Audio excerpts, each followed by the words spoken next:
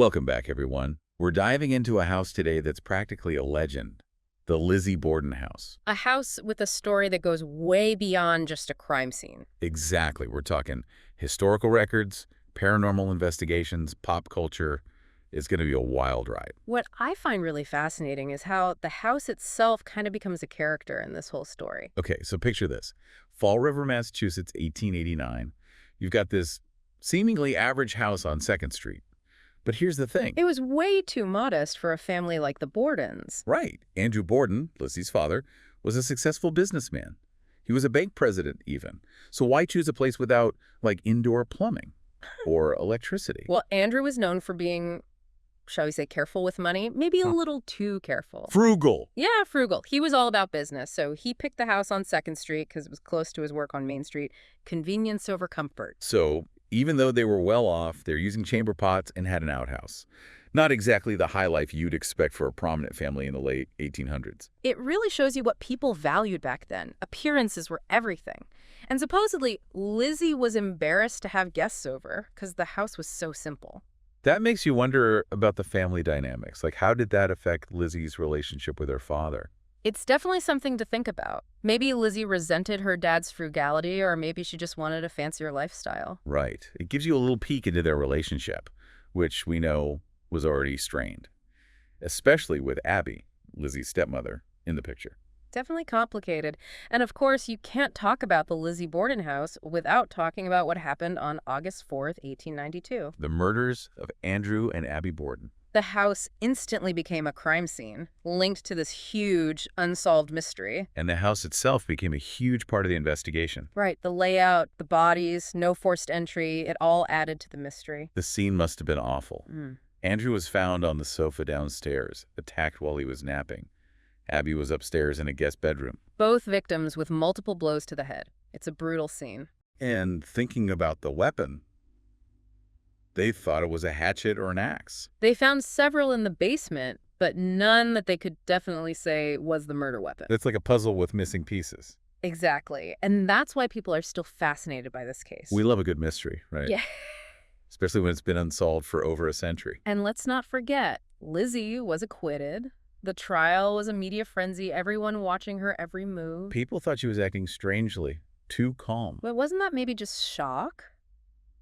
Or her way of dealing with the trauma? It's tough to judge someone's reactions in that situation, especially back then. She was a woman in a very patriarchal society, already going against the norm just by being a suspect. You can't really separate the facts from what society was like at the time. And even though Lizzie inherited the house, she didn't stay there for long. She moved to a much bigger house, called it Maplecroft. Maybe she wanted a fresh start, to get away from the tragedy. But she could never really escape what happened. So, what happened to the house after Lizzie moved out? Did it just sit there, empty? Actually, no, it was a private residence for a while. But then something really interesting happened in 1948. It was bought by Martha McGinn's grandparents. Okay. And get this, in 1996, they turned it into a bed and breakfast. Wait, a bed and breakfast? That's unexpected. And guess what the most requested room is? Don't tell me. Abby Borden's murder room. Yep. People actually want to sleep in the room where it happened. Wow. That's something. They really leaned into the history. I've even heard they started using Ouija boards and displaying, like, murder-related stuff. It's a tough line to walk, right? Balancing the historical significance with, well, the public's fascination with the macabre. It's like the house itself is trying to figure out its own identity. Is it a piece of history? Or a spooky tourist spot? It reflects how our relationship with history changes over time and how we choose to interact with it. And with the new owner, things are about to get even more interesting. You're talking to Lanzale, right? The Yes. Ghost Adventures guy. Yeah. He's pretty into the paranormal. He wants to make the Lizzie Borden house a full-on immersive experience. So more ghost tours. Oh, yeah. And a podcast, themed events. He's embracing the whole ghost hunting thing. It is also going to preserve the house's history. He's even keeping the original doorknobs and stuff. It's a new chapter for the Lizzie Borden house, a blend of history, mystery, and entertainment. Makes you wonder what Lizzie would think of it all. It's a great question, and maybe, as we go deeper, we might get a sense of how Lizzie's spirit, if it's really there, feels about all this. But before we get into the paranormal, let's take a quick detour into pop culture. This might surprise you.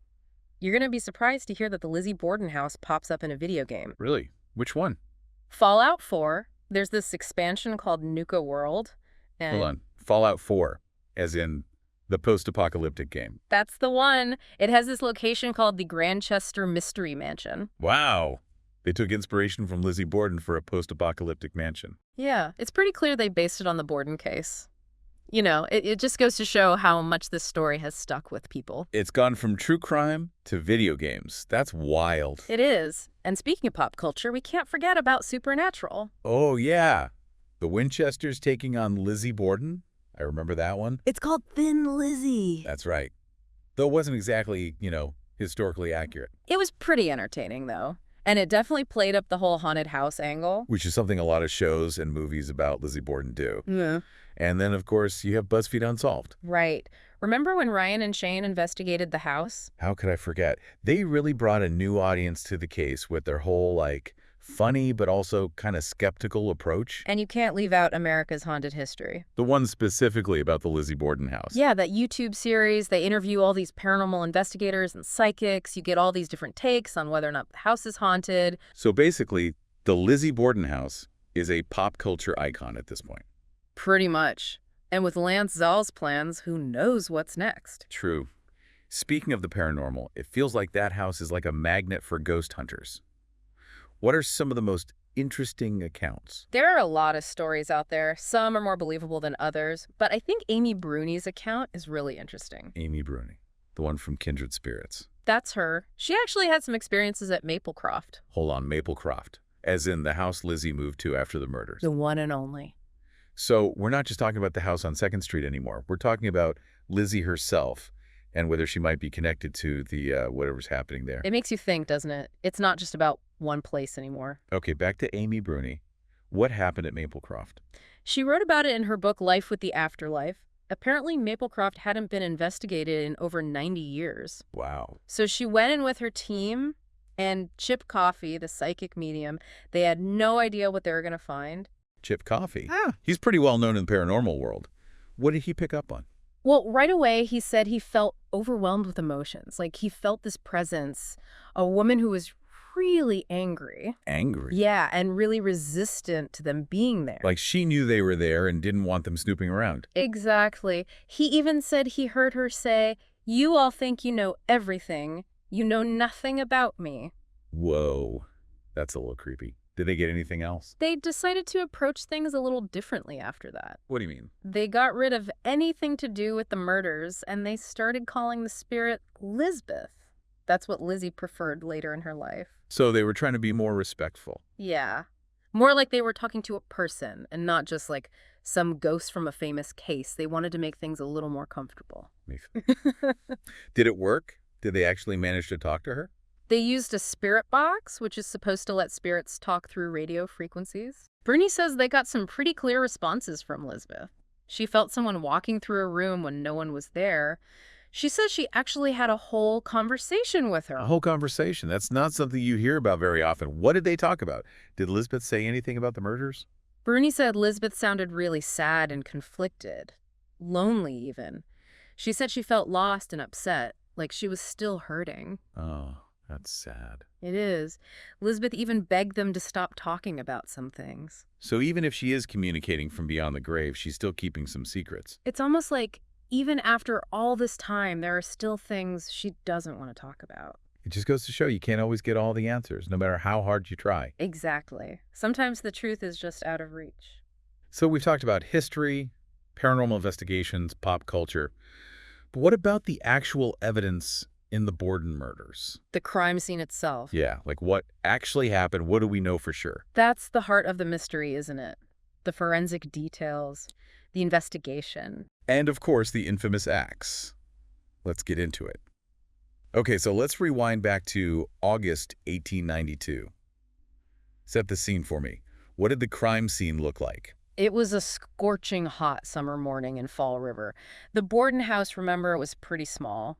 The layout's important here. Okay, so the layout. The murders happened while the maid, Bridget, was resting in her attic room. She'd been cleaning windows all morning. So it was a quiet house that day. Unusually quiet. And where was Andrew Borden when he was attacked? He was napping downstairs on the sofa in the sitting room. He was hit multiple times in the head, right? Yep, probably with an axe. It was pretty brutal. And what about Abby? Where did they find her? Upstairs, in one of the guest bedrooms. Also attacked the same way? Yep. Multiple blows to the head. It's crazy to think about the timeline, too. I mean, they think Abby was killed first. Maybe even an hour and a half before Andrew. Wow. So the killer had time to, like, move around the house, maybe even clean up, and then go after Andrew. It definitely complicates things. You mentioned the murder weapon earlier. They never actually found it, did they? Yep. What do we know about it? I mean, besides that, they think it was a hatchet or an axe? Well, like we said, they found a bunch of hatchets in the basement, but none of them were a definite match. It's like every little detail just leads to more questions. What about the investigation itself? Did they find anything that pointed to Lizzie? You gotta remember, forensic science wasn't what it is today. No DNA testing. Fingerprinting was brand new and not very reliable. So what do they have to go on? Eyewitness accounts, circumstantial evidence, and, like I mentioned before, blood spatter patterns, which weren't as advanced back then. Did they find any physical evidence on Lizzie, though? Not much. The fact that her clothes weren't really covered in blood seemed weird to them at the time. But like you said, they didn't really know how to interpret that kind of evidence back then. Right. It was suspicious, but not really proof of anything. So a lot of the case against Lizzie had to do with how she was acting. And the things she was saying or not saying to the police. Exactly. A lot of people thought she was too calm and emotionless, especially for a daughter who just lost her parents. But couldn't that just be shock or, her way of coping? It's not like there's a right way to act in that situation. That's true. It's tough to judge someone based on how they react in a situation like that, especially so long ago. And you can't forget about the social context either. Yeah. Women didn't have much power back then. She was already challenging the norms just by being a suspect in such a high-profile case. And remember, she's set to inherit a lot of money. Plus, her relationship with her stepmother was pretty strained. All of that played a role in how people saw her, and probably influenced the investigation itself. It's a reminder that history isn't just facts, it's about perspective. Totally. So what do we have? A brutal double murder, a suspect with a complicated past, and an investigation that, well, had its limitations. A perfect recipe for a mystery that never dies. We've gone from this seemingly ordinary house on 2nd Street to paranormal investigations. We've even talked about how the case has shown up in pop culture. It's amazing how this one story keeps captivating people over a century later. So what's the takeaway from all this? I think it's that history is more than just facts and dates. It's about the stories we tell ourselves about the past. And sometimes those stories are about things we don't and maybe can't fully understand. And maybe that's why we're so drawn to the Lizzie Borden case. It makes us think about the darkness in ourselves and in the world. And because it's never been solved, we can't help but try to figure it out, even though some of the pieces are missing. Exactly. So, to all our listeners out there, what do you think happened in that house? Do you think Lizzie did it? We've given you the history, the evidence, even some paranormal theories. Now it's your turn to decide. Keep an open mind, and maybe even do some more digging on your own. And until next time, keep exploring and keep questioning.